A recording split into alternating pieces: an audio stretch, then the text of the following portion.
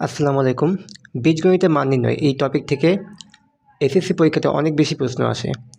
তো এই রকম প্রশ্নগুলো আমরা কিভাবে ক্যালকুলেটর ব্যবহার করে সহজেই অ্যান্সার করতে পারবো, আজকে সেটাই তোমাদের দেখাবো।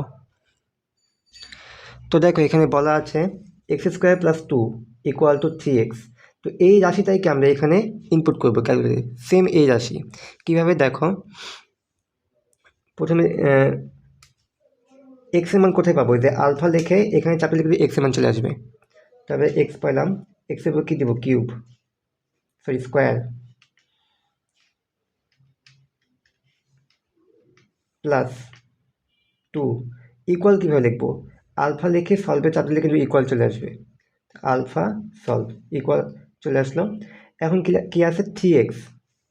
তো আমরা লিখি 3x, 3 alpha is a bracket, x চলে আসলো। এখন আমরা এটাকে সলভ করব কিভাবে? সলভ করার নিয়ম হচ্ছে শিফট লিখে এই ক্যালকে চাপ দেওয়া লাগবে। Shift Calc. এখন আমরা যে কোনো একটা মান দিই, 2 লিখি।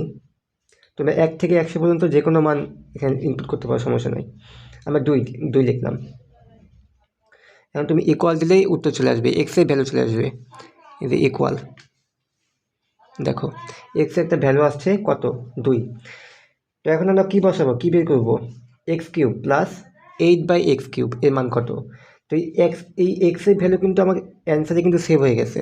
তো আমরা অ্যান্সার মানে কি এক্স বলতে পারি। তো অ্যান্সারের উপর কী দিব? কিউব দিব, কিউব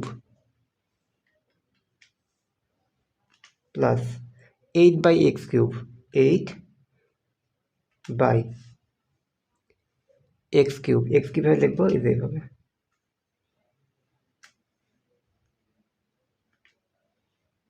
সরি এখানে এক্স মানে তো অ্যান্সার, তো অ্যান্সারের উপর কিউব।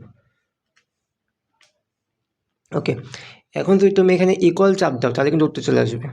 দেখো এই যে ইকুয়াল আমি চাপ দিলাম, উত্তর কত আসে? 9। আশা করি এই ধরনের ম্যাথ তোমরা সকলেই পারবা।